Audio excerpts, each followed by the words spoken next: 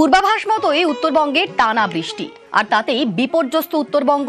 ধস নামছে এবং তারই জেরে ব্যাহত হচ্ছে জনজীবন সহ বন্যপ্রাণ। আমরা সেই খবরের দিকে প্রতি মুহূর্তে নজর রাখছি।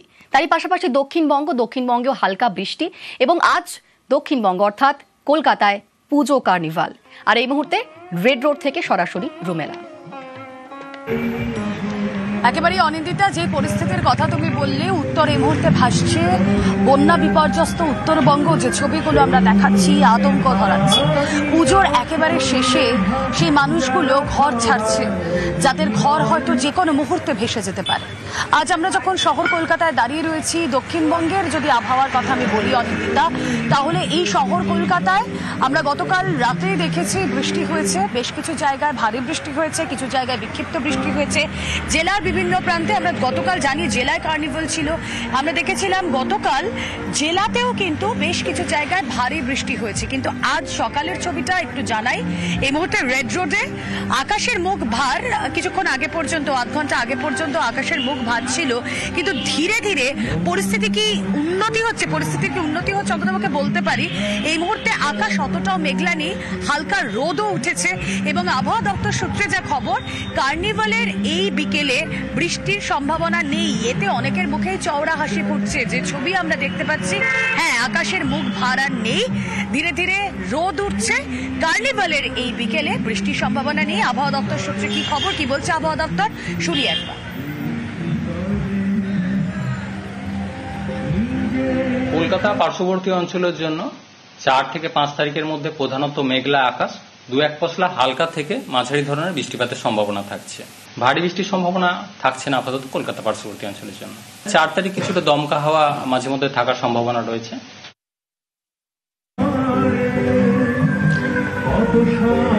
যে ছবি আপনাদেরকে আমরা দেখাচ্ছি রেড রোডে, এখন ঘড়িতে সময় 11:30 বেজে গিয়েছে। বিকেল 4টে থেকে কার্নিভাল শুরু। একে একে সকলেই আসতে শুরু করবেন। অতিথিরা, বিশিষ্ট অতিথিদের পাশাপাশি দেশ বিদেশের অতিথি অভ্যাগতরা তো আছেন। এবং এই কার্নিভাল 9th ইয়ার, এই কার্নিভালে 2016 থেকে শুরু হওয়া কার্নিভাল 2025-এ নবম বর্ষে শতাধিক পুজো তারা পার্টিসিপেট করেছে। ইতিমধ্যে ট্যাবলোগুলো প্রস্তুত, কিন্তু বেশ কিছু ট্যাবলোতে আমরা দেখতে পাচ্ছিলাম মাতৃ প্রতিমা প্লাস্টিক দিয়ে ঢেকে রাখা হয়েছে। কারণ কোনোভাবেই আবহাওয়ার যে খামখেয়ালিপনা, তাকে উপেক্ষা করা যায় না। যে কোনো মুহূর্তে বৃষ্টি হতে পারে, সেই ভয়ে, সেই আশঙ্কায় কিন্তু তারা মাতৃমূর্তি প্লাস্টিক দিয়ে ঢেকে রেখেছেন। আসুন সরাসরি একবার চলে যাই। সহকর্মী সান্নিক রয়েছেন সঙ্গে। সান্নিক, প্রস্তুতি তুঙ্গে, শেষ মুহূর্তে কি কি কাজ বাকি রয়েছে তা দেখে নেওয়া হচ্ছে। রেড রোড জুড়ে সাজো সাজো রব সকাল থেকে, তুমি ছবিটা আরো ভালো করে দেখাতে পারবে।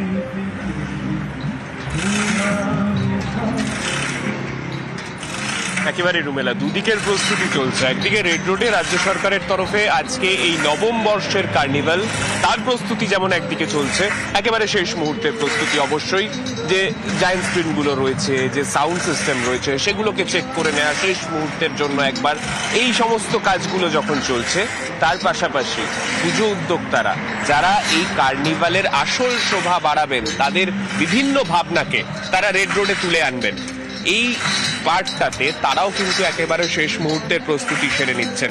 তাদের যে ট্যাবলোগুলো, সেগুলো এবার আস্তে আস্তে তাদের পুজো কমিটি থেকে বেরিয়ে রেড রোডের দিকে আসতে শুরু করেছে। রেড রোড সংলগ্ন অংশে খিদিরপুর রোড বরাবর, সেখান থেকে গিয়ে স্ট্যান্ড রোড বরাবর, এবং এইভাবেই কিন্তু এইটা পুরোটা লাইন আপ করে ট্যাবলোগুলো দাঁড়াবে। প্রায় শতাধিক পুজো, প্রচুর ট্যাবলো, প্রায় 200-রও বেশি ট্রেলার পরপর এইভাবে কিন্তু সাজানো হবে।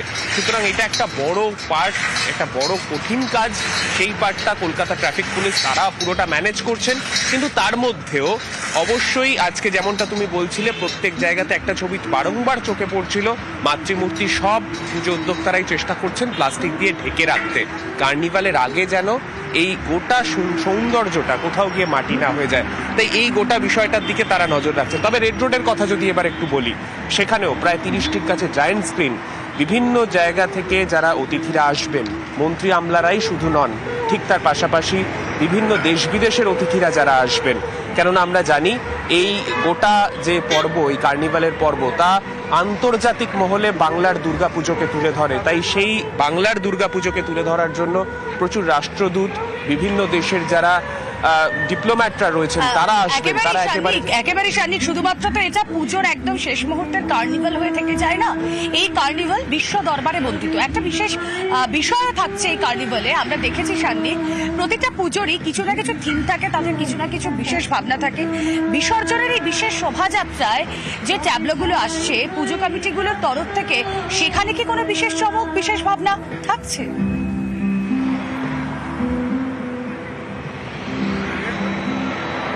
দেখো, প্রত্যেক পুজো কমিটি চেষ্টা করেন তাদের যে ভাবনাটা এই কদিন ধরে তারা বিভিন্ন দর্শনার্থীদের সামনে তুলে ধরেছিলেন একটা স্ট্যাটিক স্ট্রাকচারের মাধ্যমে, সেটাকে এবার একটা মুভিং স্ট্রাকচারের মধ্যে নিয়ে এসে, সেটা অবশ্যই একটা বড় চ্যালেঞ্জিং কাজ, সেটা তারা রেড রোডের দিকে নিয়ে আসেন।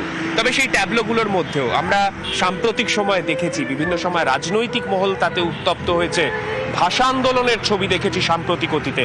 সেই বিষয়গুলোও কিন্তু আজকে রেড রোডের মাটিতে আসতে চলেছে। রেড রোডের উপর দিয়ে আজকে যে ট্যাবলোর চাকা গড়াবে, তাতে বেশ কিছু ট্যাবলো রাজ্যের যে সাম্প্রতিক ভাষা আন্দোলন, বেশ কিছু পুজো কমিটি তাদের এবছর ভাবনা ছিল বাংলার মনীষী, বাংলার পরিযায়ী শ্রমিক, বাংলা ভাষা, এই সমস্ত ভাবনাগুলোকে তারা আজকে ট্যাবলোর মাধ্যমে তুলে আনবেন এবং সেই ট্যাবলোগুলো আজকে রেড রোডের পথে এগোবে এবং অবশ্যই তার সঙ্গে যে পুজো কমিটির যারা সদস্যরা রয়েছেন তারা তাদের ভাবনা সাংস্কৃতিকভাবে বিভিন্ন ভাবে তারা সেইটাকে তুলে ধরবেন আজকে যারা এখানকার অতিথি থাকবেন তাদের সামনে।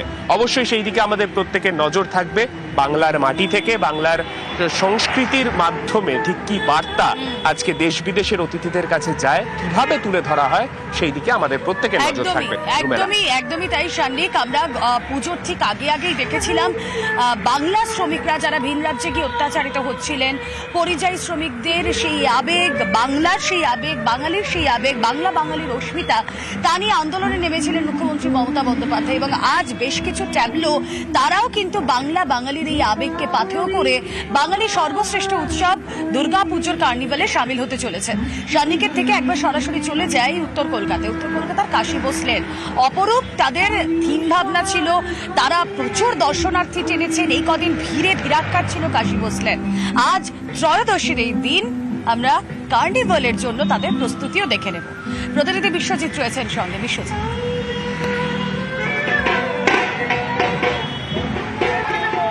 আমরা কাশী ভোসলেনে রয়েছে এই মুহূর্তে, কালারফুল ছবি তোমাকে দেখাবো। তার আগে কি কি প্রোগ্রাম রয়েছে কাশী ভোসলেন?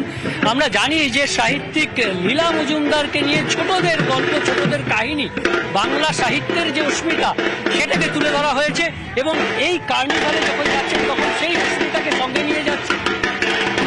কার্নিভালে অনেকটাই অনুষ্ঠান সাজানো হয়েছে। তো প্রথমে আমরা প্রসেশন করে যাব, এখানে লীলা মজুমদারের যে আমরা এখানে চরিত্রগুলোকে তুলে ধরেছিলাম লাইভ, সেইগুলোই আমাদের রেড রোডেতে থাকবে।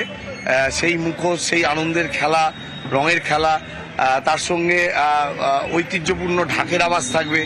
আর আমাদের কার্নিভালে যে ট্যাবলোগুলো তৈরি হয়েছে সেগুলো আমাদের লীলা মজুমদারের যে পাকদণ্ডী থিম চিন্তাভাবনা ছিল তারই ওপর ভরসা করে। কিন্তু অনেক সুন্দর পাঞ্জাবি সুন্দরীরা সেজে গুজে দাঁড়িয়ে আছেন, তাদের একটা পারফরমেন্স শুনবো না?